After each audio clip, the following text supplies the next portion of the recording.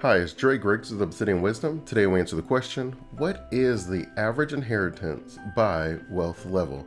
And the reason we add wealth level into the average inheritance is because the top 1% and even the top 10% can skew the average to where it doesn't give the best picture of the inheritance that someone can expect to receive. This information is being pulled from the Federal Reserve. They put together their census data from 2016 to 2019. That was the most recent time that they were able to get us this inheritance data. And then Yahoo Finance printed an article that I will be referencing, and I'll put a link in the description to their original article. On average, an inheritance in America is $46,200. That is how much you can expect to receive. This is well below the estate tax, so you don't have to worry about that. Currently in 2023, the estate tax is at 12.92 million. You guys know I generally will just say 13 million, but obviously if you have 12.9, then you're like, hey, I'm good. If you had 13, you actually would have received some of the tax, so you probably would have been like, Dre, don't be so flippant with the numbers. I need to know exactly what it is. Well, the exact number is 12.92 million. If you are over that, then whatever amount is over is the amount that's going to receive the estate tax. So it's not that your entire 13 million would have received it. It just would have been the 800,000 that was over the 12.92 limit, if that makes sense. So just 800,000 of your inheritance would have received the estate tax. But with that said, the average American estate tax ends up being $46,200. That number is skewed, though, by the top 1%. And I will show you what I mean. The top 1% receives, on average, $719,000 as their inheritance. And they sometimes expect to receive something more like $940,000. I don't know exactly how the Federal Reserve came up with that number, but that's what the sentiment is. So they received about $220,000 less than they were expecting, but they still received a decent amount. They were close to $1 million, so that's not bad. If you are in the top 1%, the average inheritance is $719,000, you would not receive an estate tax. So you got that going for you. Naturally, the higher that we get up, so let's say in the top 0.01% to the top 0.03%, then you would probably be over that 12.92 million threshold, and you would expect or at least have to plan for that tax. Now that tax is on the estate, which to you may not feel any different, but it does mean that the person who passed, their estate has to pay that tax before you receive the inheritance. You technically are not being taxed on it as the inheritor because the amount was taxed before you received it. So the estate pays the taxes. So I know it doesn't really feel like that's very much of a difference, but it is a difference, and it's worth noting because there are a few states, and I will read them off to you, that will tax an inheritance tax. So they'll tax the estate on the federal level, and then on the state level, they'll tax your inheritance. So what states do you think are going to be giving an inheritance tax? And you'll probably be slightly surprised by this list of states, or you'll be surprised by the people that you don't think would be included. But on the state level, the inheritance tax currently is in Kentucky, Maryland, Nebraska, New Jersey, Pennsylvania, and Iowa until 2025. They've already voted to start phasing out the inheritance tax. Was that the states that you expected? Are you a little surprised by some of the states? I know I was. I didn't expect to see some of those states with an inheritance tax on top of the estate tax, but there they are. So if you're in one of those states, then you would need to also prepare for the inheritance tax, where it's not enough that they tax the estate before you received it, and upwards up to like half of the estate could receive that estate tax or the death tax, you may have heard it referred to. But then when you receive it, it gets taxed again, which is pretty tough.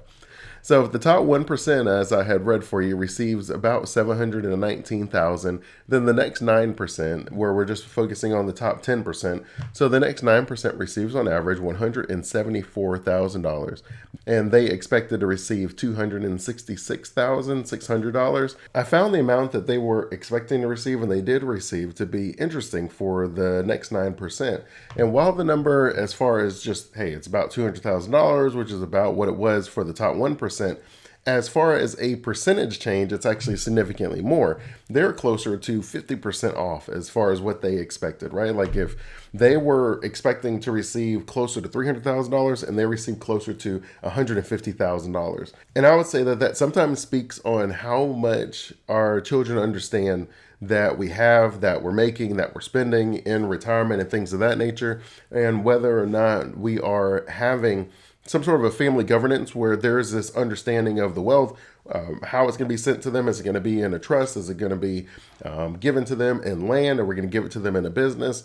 And I find that the higher up you are, the more aware we make people of the finances. And I do think it will be even more beneficial to have these conversations on an annual basis where we talk about what the expectations are, what we're going to do with the money, how they can grow the money, and so that we can start really putting some generational wealth strategies in place. As you all are well aware, I have the 5-step process that takes someone from broke as a joke to wealthy to generational wealth, and it focuses on strategic retirement planning, where you go from unlimited wealth to retirement readiness to long-term investing strategies to wealth transfer, and then you create a family dynasty, where that is the 5-step process that any of us could go through. And if that's something that is of interest to you, I do invite you to go to obsidianwisdom.com/retirement challenge, because in there I have a free 5-day challenge. I mean, it's at least free today. I don't know if it will always be free, so I did want to mention that because I don't want to have to edit the video later. But it's free today, and it'll probably be free at least for the time being. And then I will go over the 5 days where you will have everything that you need to unlock generational wealth through strategic retirement planning. Again, if that's of interest to you, I'll put a link in the show notes, but you can go to obsidianwisdom.com/retirement challenge. Now, the next 40%, right? So we're just talking about the top half right now. So the next 40%. So we got the top 1%. They have on average $720,000. And then we rounded off the remaining amount of the top 10%. And so that was, percentage like the 90 to the 99 people. They had on average $174,000. What do you think the people from 51 to 89, what do you think they would receive as their average inheritance? And you may be surprised, but the next 40% receive on average $45,900. And they expected to receive closer to $60,000. And so they had a pretty good understanding about the amount that they were going to receive. Their expectations were pretty close to align with the inheritance. And then if we're talking about the bottom 50%, what do you expect them to receive as their inheritance? Well, the bottom 50% receives on average $9,700, so about $10,000. And the people expected an inheritance closer to $30,000. $29,400 is what the bottom 50% expected to receive as an inheritance. And then they receive $9,700 on average. And you'll find some people that will say, you just want to make sure that you have like the $10,000 burial policy, and they'll have like a whole life policy that the person's paying for, and it just pays for their funeral costs. And I find it to be pretty common, a little bit more in my community, where people only have a burial policy. And when you mathematically take the number out, where I've met someone and they may have been like 90 years old, and they've been paying for this burial policy that's maybe $10,000 or $20,000, and they've been paying that same premium where it's like, I don't know, it's like $100 or something like that, but they've been paying it for a decade or two, and that's the only thing that they have. It's really hard when the person passes for that family to be okay. Now, thankfully, nothing happened to them where they died prematurely, because imagine the situation your family would be in if the only thing that you had was a $10,000 whole life burial insurance policy. And then when you pass, it's like, what are your kids going to do? What's your spouse going to do? How are they going to pay the bills? I'm like, sure, they're able to cover some of the funeral costs. I mean, that's not really all of it, but they are able to cover some of it. But I would say that most of the time we're thinking too small. If you come from a unlocking generational wealth perspective, then at a minimum, and I do mean at a minimum, you want to have a retirement strategy that keeps you from doing reverse generational wealth, which means your kids have to pay for your lifestyle. Now, granted, I'm sure your kids would be grateful to do that. I mean, why wouldn't they? You've given them the best years of your life. You've given them and instilled the success that they have is in large part because of the things you taught them. At the same time, I don't think most parents want to do that or want that to happen, but it does happen. So if you're able to keep reverse generational wealth from stopping, then I think you've already done an amazing job of securing generational wealth. And from there, we can talk about whether it makes sense for you to pay or help them pay some of their college expenses, or to help them to start a business, or to help them to buy their first home. These are all things that you can do while your kids are still alive, and they still are a part of unlocking generational wealth.